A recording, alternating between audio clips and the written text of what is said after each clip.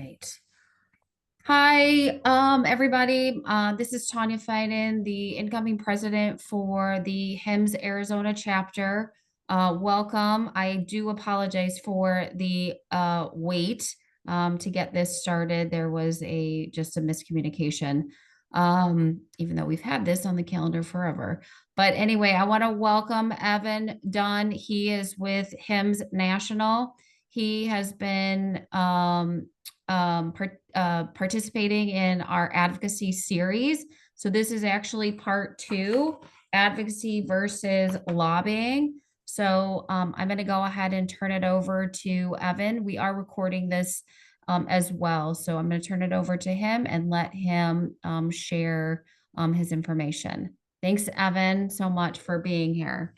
Yeah, thank you for having me, and thank you for the Arizona chapter for hosting this series. So excited to be on again. Sorry for any technical difficulties and appreciate you all waiting.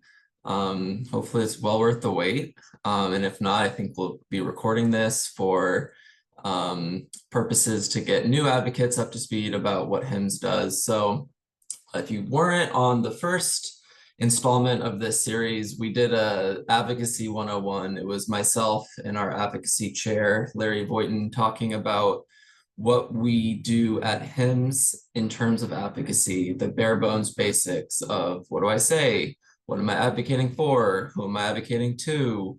What does it mean? How do I get started? So that was the first installment. And we do that every year with our new advocacy chairs that are onboarded to the chapter. And it's just a good refresher for veteran advocates just to kind of sharpen up on the fundamentals and the basics.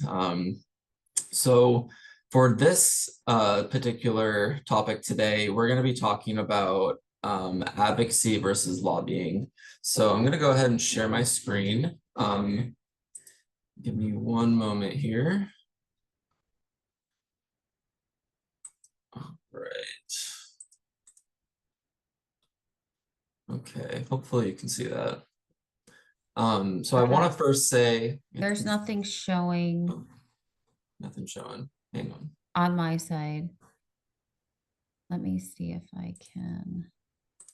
I'm gonna try it one more time.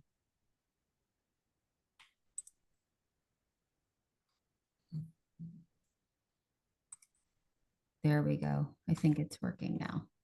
Okay, thanks for pointing that out. Yep. Cool. Okay, still see that, I'm assuming? Yes. Cool. Yeah, advocacy versus lobbying. I get that question a lot. I want to first say that this is informational purposes only. This is not legal advice or anything legal in nature for a consulting perspective. So if you do have specific questions to your own organization's involvement with advocacy versus lobbying questions, please consult with your legal counsel. Just wanted to say that. So let's just jump right into. So quick refresher again about what we're advocating for, because I think that also sets a stage when we talk about advocating versus lobbying. These are the things we're advocating for. Everything in this context is going to be as a HIMSS chapter member, and HIMSS, a part of the HIMSS chapter advocacy membership you have with your chapter. So these are the things that we stand for at HIMSS, all things digital health technology. So we think of things like artificial intelligence, proper use of data exchange, health information exchange, I should say, things like telehealth, innovation and research, patient engagement, public health data modernization, workforce development. A lot of these things, we have a lot of policy principles on our website, but these are just kind of the headliners here of things that we advocate for within the chapters. One in particular I do want to point out that's going to be an area of focus for a lot of our chapters moving forward that I'm going to be leading is our emergency preparedness and a lot of our infrastructure readiness systems for as it relates to health. I think we've seen recently a lot of terrible natural disasters that have happened. And I think the first thing that we need to do to prepare for a natural disaster is have a lot of these systems and emergency preparedness contingency plans in place, especially as it relates to our data systems and resiliency training, as I mentioned. So that's going to be one key area of focus as well to bring awareness to. So just like to set the stage there. And again, happy to answer more information on more specifics about what we're advocating for if you did miss the first part of the series, but I just wanted to set the stage there.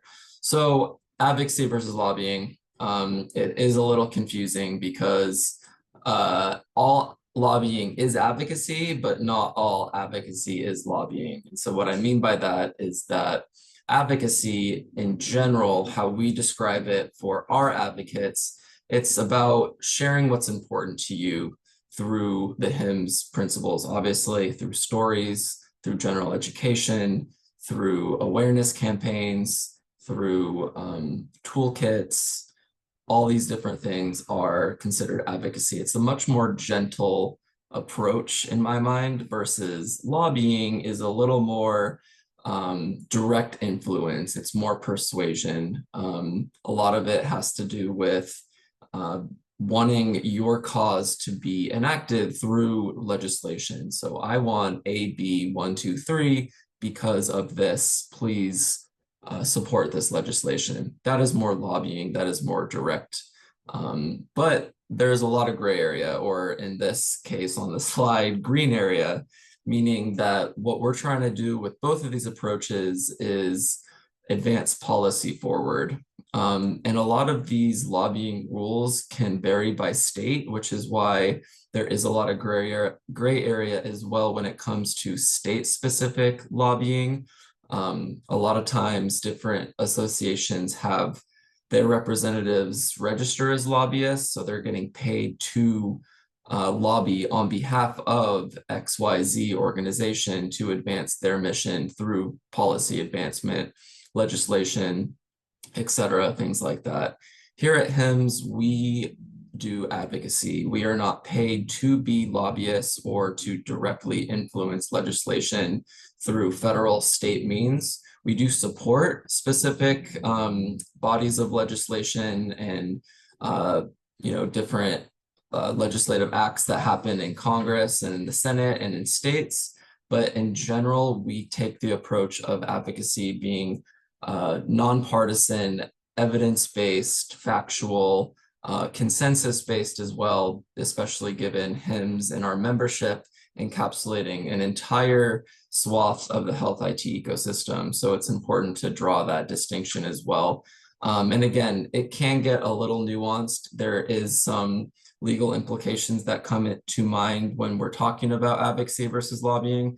But in general, as HIMSS staff, we can only do 20% or less of our time directly trying to lobby, I say in quotes, meaning trying to support different legislation. So for instance, we've been supporting telehealth flexibility expansion post-COVID. We've been supporting different legislation that enables public health data modernization, funding, especially investment in different health innovation funds and for different agencies as well. So those are some examples, and I'm going to kind of go into a little bit more underneath both of these buckets here. So defining advocacy in general, this is our own definition here at HIMSS. It involves supporting a particular cause or a policy. So advocacy is an action sport. I like to say that a lot. It's not for those that like to sit on the sideline. It does require a lot of work, meaning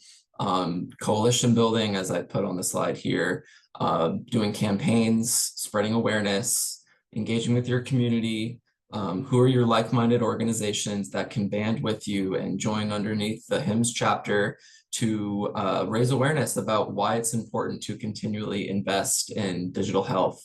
Why do we need to continually fund telehealth expansion, draw into health equity and talk about Medicaid expansion as well. These things are very important to us as advocates because we're engaging with our community.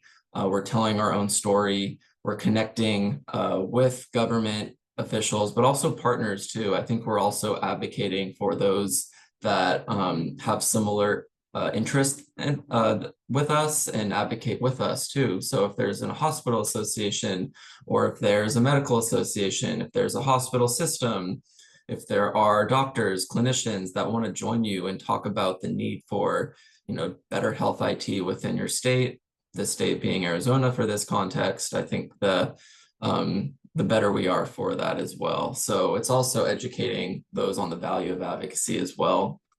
And what this also looks like from an activities perspective is a Health IT Day. I would love to see more chapters engage in convening in the Capitol and meeting with legislators and talking about what issues are important to us at HIMSS. And we can prioritize those year after year of what's important, where legislation is occurring in other states, and drawing awareness to, hey, this is what Colorado's doing, this is what California's doing. They're leading the way when it comes to AI or other data security measures. So we can talk about what's happening there as well. And from a national perspective, being where we sit at HIMSS, we have a ton of different groups that have their ears to the ground, what's happening in other parts of the country or the world for that matter. So drawing from opportunities to engage, assess what's happening, and then advocate, and then hopefully implement some of these things into policies. These are some lobbying elements. So all four of these different elements typically happen when you see lobbying. So you see communication, and then it trickles down to communication to a government official or staff, those who take part in the formulation of legislation, and then the lobbyists will then, after these two they're communicating with a government official or staffer, they take a strong stance. So they have a direct motive to have this person take a stance that is their own stance on a particular bill or piece of legislation. So that's the last piece there. They're trying to influence policy through direct means, through their lobbying. And what does that mean for Arizona? So this is directly from Arizona statute. So this is a literal definition of lobbying within Arizona.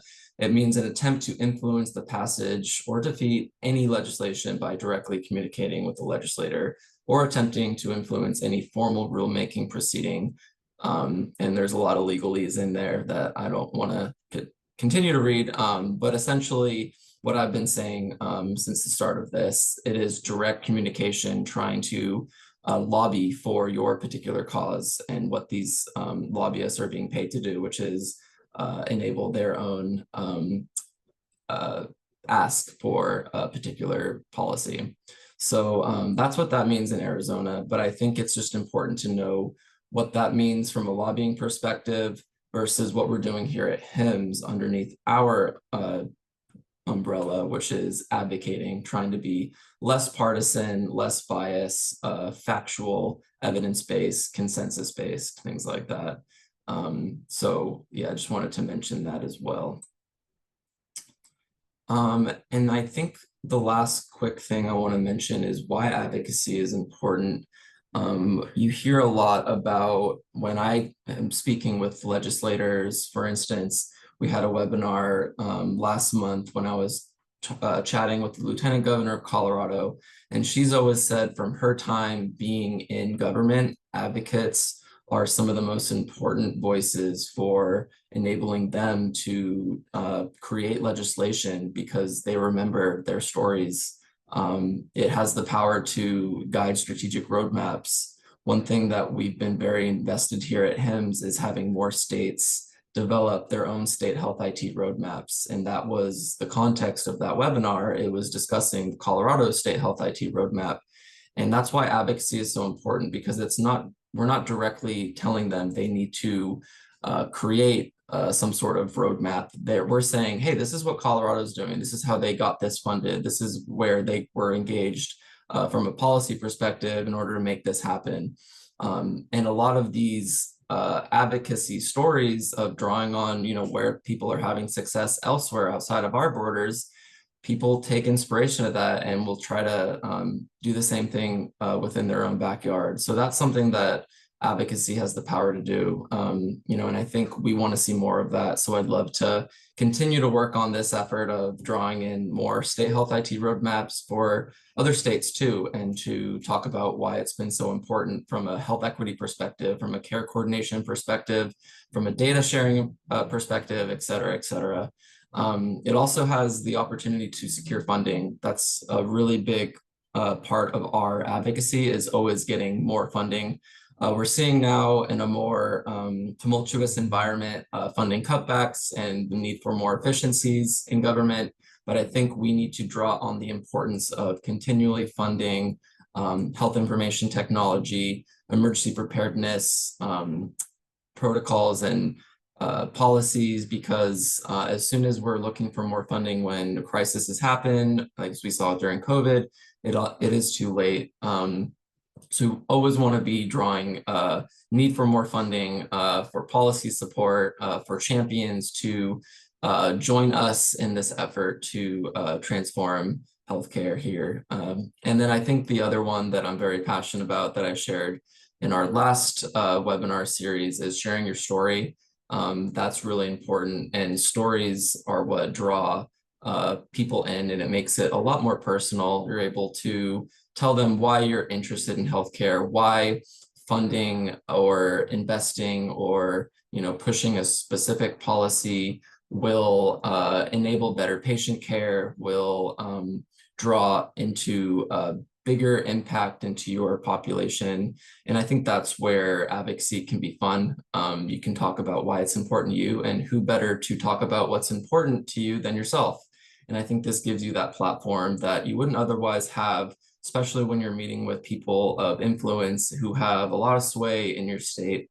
And you can present to them also with those stories, like data, information, invite them to sites, invite them to your clinic, invite them to your hospital, see what it's like on the ground, of whether there is great technology being implemented or where they should see it on the ground, and really see why we need to invest in proper data technology, infrastructure improvement, things like that. So advocacy is very important. It's a very important part of that policy creation process, and it's a very strong part of our portfolio here at HIMSS through our chapters as well. So we always want to be supporting our chapter advocates. Chapter advocates for chapters will always need more support. So if you are interested in helping your chapter advocate, or even becoming a chapter advocate at some point, connect with myself or your chapter board, and I'm sure they will find a place for you as well. And I think that is my call to action as well through this, is to join HIMSS chapter advocacy. I've been doing this for quite a while now, and it is one of the most fulfilling parts of my job, especially when you go to the Capitol. This picture was a few months ago when we were in California for the State Health IT Day. They're talking about all the different things related to artificial intelligence, cybersecurity, health information exchange, and health equity were some of the themes there. But we're able to share our stories as well, talk about what's important to us, have them understand what HIMSS is, who we represent, what we stand for, and get across the things that are important to you, and makes impact in your community. You feel very fulfilled after you do a day like this. So this is the really big culmination of a lot of advocacy efforts, but I think advocacy is year-round. We're always trying to spread the word through different means of social media, becoming a trusted advisor, sharing our stories, and other means too with legislators, but also organizing events throughout the year through webinars that are more specific to Arizona's priorities, what's happening in your state as it relates to the latest in technology for health and things like that as well. And you're able to make a really big impact doing this, and share your story that way. So not as much information as last time. I think the advocacy versus lobbying concept, hopefully it demystified it a little bit for you all. If you have any questions, happy to answer any. Otherwise, that's all I got for you today. So see if there's any. Let me stop sharing my screen.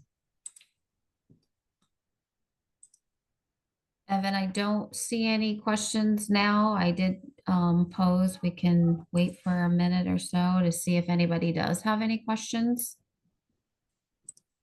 Sure.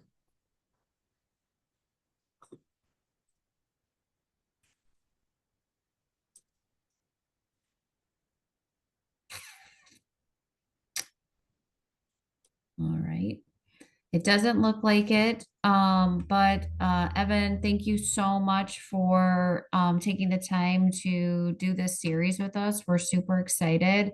The next is 4 series part. Yeah, so the next 2 are on our website for the time. So make sure that you check that out and register for those events. We want to thank everybody, all of our participants who signed up to join us, and thanks for waiting.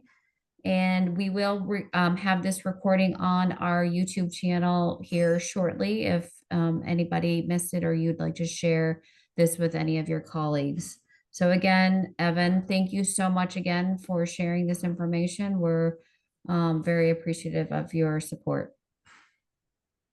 Welcome. Everyone have a great day. Okay, thank you.